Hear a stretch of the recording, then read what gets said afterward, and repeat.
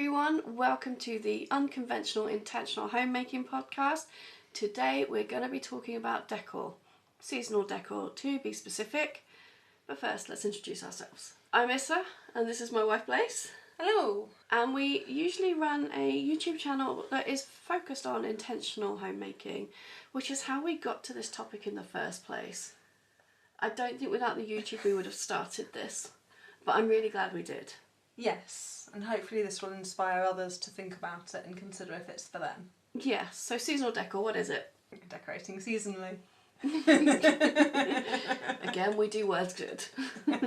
Not pulling everything out of the room, repainting it or anything. We do not do that. No, what we do is we change up our accessories in our main living areas about once every 3 months.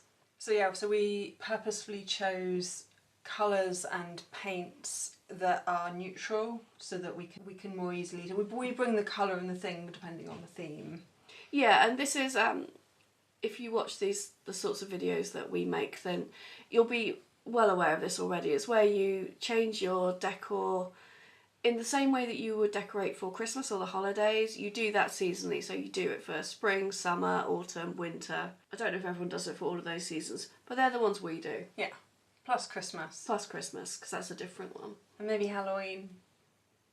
Maybe Halloween next year. Maybe next year we'll do Halloween as well. Yeah. We'll see. See how many holidays we can add in. No, that sounds like a lot of work. That's a look of please don't. So I guess we should probably talk about why we do this, because it is, in part, part of me knows it's a ridiculous thing to do, but I also really enjoy it. Yeah, no, and I really enjoy it as well. Like, it's very much a luxury thing to do. It is. No, we should recognise that. It's indulgent. It is indulgent. But it's also like you get the whole family together to do your Christmas decorations. Like we get the whole family together being like you and I. The dog helps. The dog does not like She doesn't like it when we change decor. She definitely goes and sits in the garden in protest. She doesn't like anything when she's fine once it's done, but she doesn't like the process of changing things in the room. And actually one of the things we have to keep in mind while changing things is, what can the dog steal? Yeah, I had to rescue a pumpkin when it was autumn from outside. Yeah, the pumpkins are definitely one that end up, and with the Christmas decor we've got to, like the baubles on the tree. We do not need the garden decorated again. One year it was brilliant. I just looked out of one of the upstairs windows one day and I was like, the garden is really pretty. Because it was just this sea of pretty baubles and colour over the grass, where she'd been stealing them and we hadn't noticed. And just leaving them outside, decorating the grass.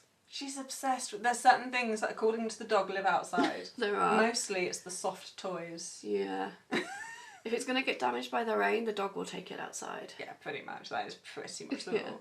Which, again, for our autumn theme, those pumpkins are very plush-like. They are. They're plushy pumpkins. They're beautiful. I love them. Yeah. And that's actually what we themed the autumn colours around. Was that... Because there's other little things that we really push the boat out. I paint pictures for to each go above season our fireplace. To go above the fireplace. So again, for the autumn one, we picked the colours and things, and then for the Christmas ones, we've picked the theme and then done a painting to match. Now that is going above and beyond. That is definitely not a requirement. It's just something we like to do. But it also helps you get some of that creativity in use. What's amazing is I'm so proud of my pictures and they're so rubbish. I'm so proud of them. No, they're such rubbish pictures. But they just bring so much personality to them as a result. Yeah. They do, and it's great. I guess that's the main reason we do this, is because it's fun. And it really freshens up the room and just makes it feel new again. It does. Well, there's a lot of reasons. Since doing it, there's a lot of benefits. I mean, let's be fair, we mostly started doing it because it was a YouTube trend and we thought we'd give it a go. So this is why we did the first one. We did the first one in October, and part of that was, hey, everyone else is doing this. I really like autumn colours. Let's do that. And then we fell in love with the whole concept. Yeah, and that worked really well for our sofa that first time, because for the first one, like you said, we did was autumn. Because our sofa's red. Our sofas are red, and then when we got to the more spring and summer, and we're like, the bright red sofas don't work. No. We do not have neutral coloured sofas, because the sofas used to be what brought the colour to the room. They were. We used to have a feature fireplace wall that was red, and that matched the sofas. So at the early part of this year, I redecorated this room to make it more neutral so that we could do this. We put a surprising amount of time, effort, and thought. It did. So I redecorated and got rid of the red. Yeah. And we're now neutral, soft whites and greys. Which does look better. Which looks better. It makes the room bigger. But also it means that we can change our colours for our themes much easier. So for spring we went for a nice fresh green to like symbolise that new growth. And we solved the sofa because apparently you can get sofa covers. Oh, that are brilliant. They were brilliant, and we recommend those. You can take them off and wash them and everything, particularly if you've got wonderful animals like we do. Yeah. So, and that was the idea, is like, so we neutralised the sofas for spring and summer. Neutralised the sofas. And then we bring out the red again for when we want those warmer tones. Yes. For winter and autumn. And yeah, we found lots of surprising benefits. So one of the things is we are a neurodiverse household. And so I have autism. So my need for routine is... Familiarity. Familiarity and routine is very high. So when we started doing this, I was like, I don't know how I'm going to feel every time we change this. But one of the things that is okay, because I'm used to Christmas. Yeah. Like, this isn't new, and I already mentally accept that at Christmas we decorate, and that is a routined yearly thing that happens. Like, the thing with Christmas is everything is different. Like, literally what you're watching on TV, what music you're listening to, all the decor, the drinks that are available, the food that's available. Like, there's literally nothing about the Christmas period that stays the same compared to the rest of the year. Yeah. But that also brings up that point of routines. Routines don't have to be daily or weekly or monthly. They can be sporadic. They can be yearly. Like, once a year you do this thing. Yeah. So we get around that with Christmas, is that our Christmas looks the same every year. Yeah, or at least mostly the same. And yeah, Christmas, the music's different, but the music's the same. Like, the Christmas carols don't change. So there is routine within change. Yeah. And I think that's actually probably helped me be more flexible with routines generally. So I think that's just doing this has kind of had a positive impact on me. Yeah, and it has a positive impact on you in a roundabout way, because for me, we suspect I have ADHD, and I have always been somebody that changes my room regularly. Like, I'll redecorate properly regularly. I will just on a whim change my configuration of all the furniture. So having this routine change has stopped me from just randomly moving all the furniture and upsetting you. Which I appreciate, because that's what happened before. Like, every 6 months to a year or so, they'd be like, I think that the sofa would look better in that corner, and I'm like, here we go again. We don't do that so much anymore. No, so this has scratched both of our itches for routine, but also different. But yeah, it brings in those feelings of different seasons, different tones, like those cozy. I think autumn and winter are both of our favourites. It is, and the thing with autumn is we put that out while it was actually still quite warm. We did this year, but it changed my mindset immediately, even though it was still 28 degrees outside. In my head, it was autumn, and I felt cosy and comfortable, and all those feelings that I get in the autumn months. But what's interesting is that it was also right on time, because the leaves were changing. Yeah, it was definitely autumn. It's just we had some late, really nice summer weather for some reason. Yeah, and then a lot of rain. We live in Wales. There is that. I really like that same but different, and bringing personality and having the cute little things on the fireplace. Yeah, there's something, like, I want to use the word magical, like in the same way that Christmas feels magical, and you're keeping Christmas all year round. Yeah, but with different themes. But with appropriate themes. Yeah.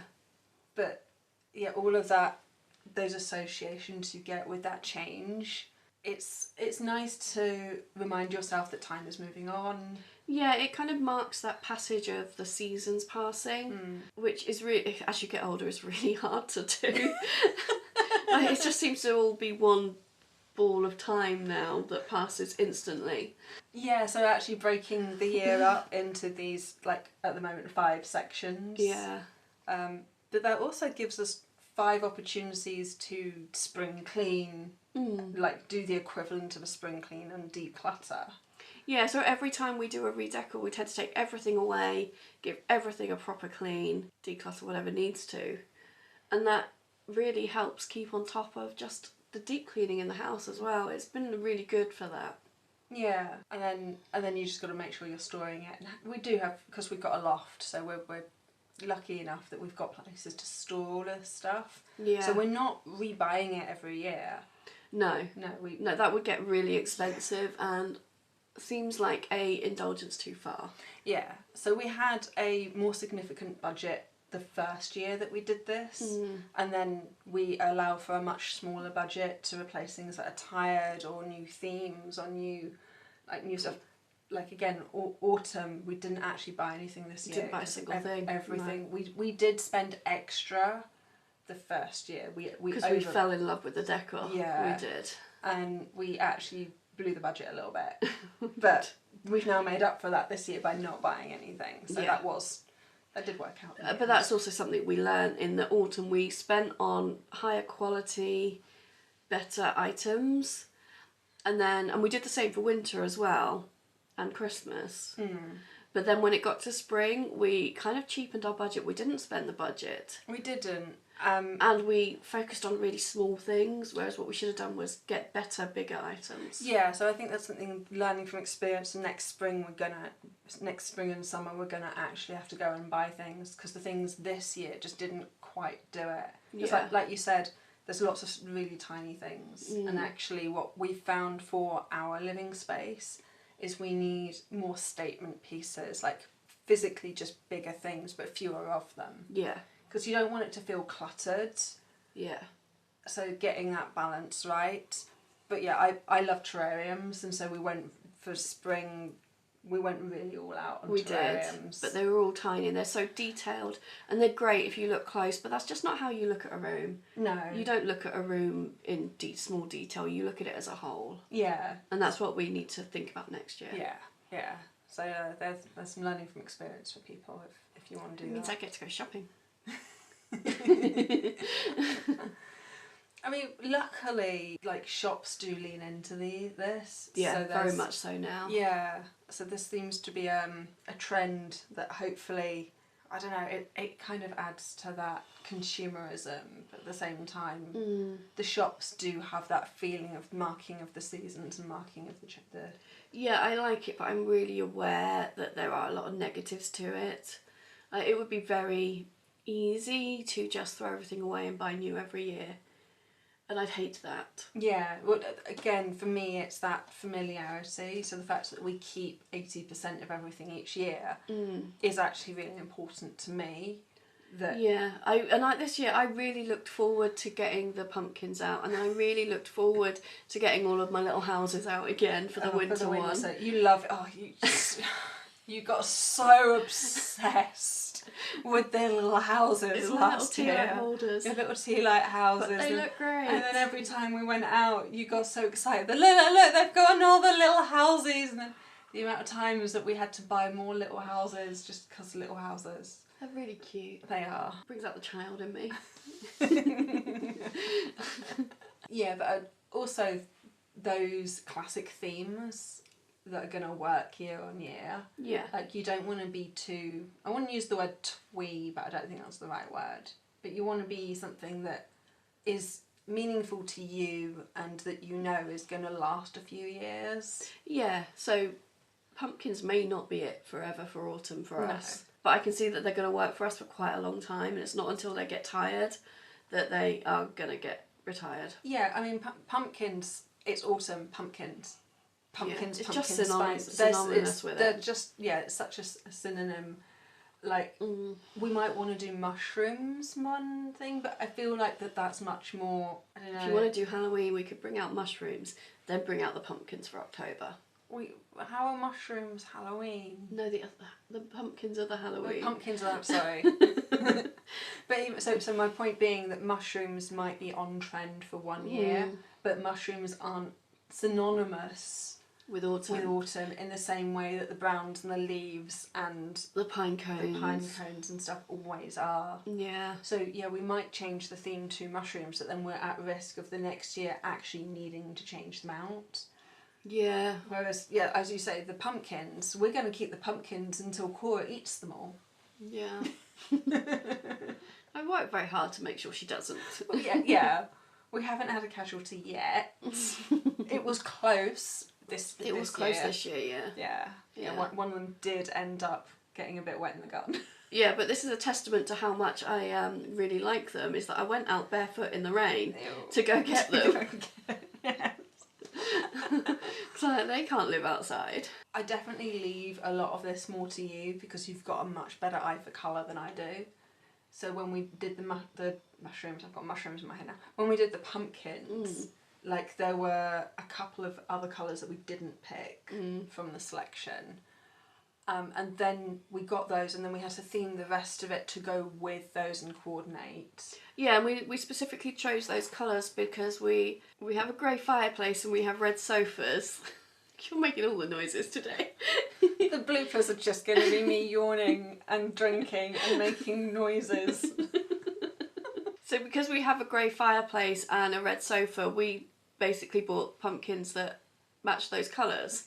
And then we added in a burnt orange for autumn. Yeah. And then that's how we themed the entire room. We did the same for winter in that we knew I wanted these little tea light holders in the shape of houses. And what went with that was a lot of evergreens and little pine trees and pine cones and stuff like that. They're adorable though. To make these almost winter scenes like you see in movies.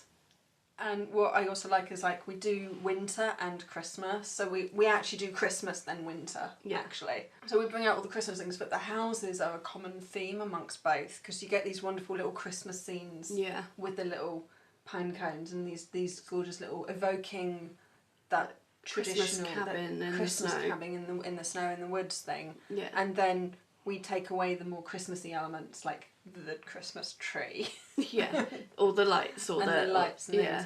And we swap them out for slightly more just winter themed. So yeah, we go for more natural rather than Christmassy, and essentially the theme is the same, just one's winter and one's Christmas.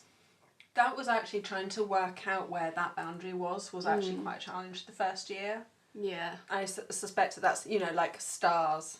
They're more synonymous with Christmas, but they also work well for just winter and things. So like those associations, working out what we wanted Christmas to look like and have them different enough while also being the same enough was actually quite a challenge. I think we did it though. I really liked our winter. I mean, you could just leave Christmas up for the whole of January as well, but we figured that was a bit excessive. Nah. That does also encourage us to put Christmas away early so that we can get out the winter theme. Because we also put Christmas out early. We do, yes. So we have Christmas for a good month, and then we get rid of it and just leave winter for the last 2 to 3 months. Yeah, so these themes last about 3 months at a time. Yeah. Which feels about right. I guess that's because the changing of seasons. Seasons last about 3 months, yeah. And in the UK we actually have quite obvious season changes. Yeah. Like, spring feels quite different from summer, and then autumn and winter again feel very different. I don't know if that's the same around the world. I'm sure there's some places where like all seasons kind of just blend into one. Can we measure it by how much it's raining? Well, yeah, temperature, humidity, yeah, rain, sunshine. So we could talk a little bit about how the intentionalness of it. Yeah, so that actually fits into my thought, which is actually we do have a couple of items that transcend all themes. So particularly the lamps, the lantern. Oh yeah, they get used for quite a few scenes, yeah. So we've got quite big ones, we've got medium ones, we've got some smaller ones. And they work for everything. Yeah, what we put in them might change. So for autumn and winter we'll put candles in them because, you know, that's what lanterns are for. But for spring and summer we actually put some plants in there and made them very green and like mini greenhouses, which was really, really nice. Yeah, and so having some staples that kind of work throughout that also change a lot. I think that works quite well as well, because again that's same but different. And then that's scratching both of our itches again. I think it's been like the benefits have been surprising in how numerous they are. Yeah, because when we first did that autumn for that first year, we didn't know we were gonna keep going. No, we just assumed, well, we'll do this, or we'll do autumn, we'll do a video on it, that'll be it, job done. And we loved it. Yeah, and we kept going. Yeah, and then there was a discussion on can we do spring and what would spring and summer look like. Yeah. And yeah, so it's been interesting just how positive these little things are. And I think it ties into how important your surroundings are, especially to us. Because we are homebodies, we spend most of our time at home, and we really like that. But that means that our space has to really reflect the way we want it to. It has to be warm and comforting and cosy, and somewhere that we feel we want to be. And this really helps with that. Yeah, so at one point this year we actually took one of the themes down and we had a week before we put the next one up, and the room felt really empty and lacked power. Yeah. And we had to do that because I needed to paint the picture and I didn't know that I needed to colour match. so we had to sort out the loft. We don't like going in the loft very often, so that was a whole thing. But yeah, painting those pictures is actually surprisingly easy and really cheap. Cheap compared to buying art. Yeah. But yeah, there's all sorts of quick and cheap ways. Going to a second-hand shop and seeing if there's similar things. But we bought 4 canvases in one go, so they were all the same size and quality and stuff. They were only £9 each. Yeah, they weren't expensive, and we bought a set of some base colour paints for you, and you haven't really needed to buy very many others. Yeah, and yeah, we just got some cheap acrylic. Yeah, I think it might even be kids' paint. But we essentially only really got blue, white, red. We got the primary colours so I could make all the other colours. And then we did get like an orangey for autumn. Yeah. But other than that, we actually haven't. You've mostly done it through colour mixing. Yeah. Which is why we had to then get the pumpkins down so that I could colour match the base to one of the colours.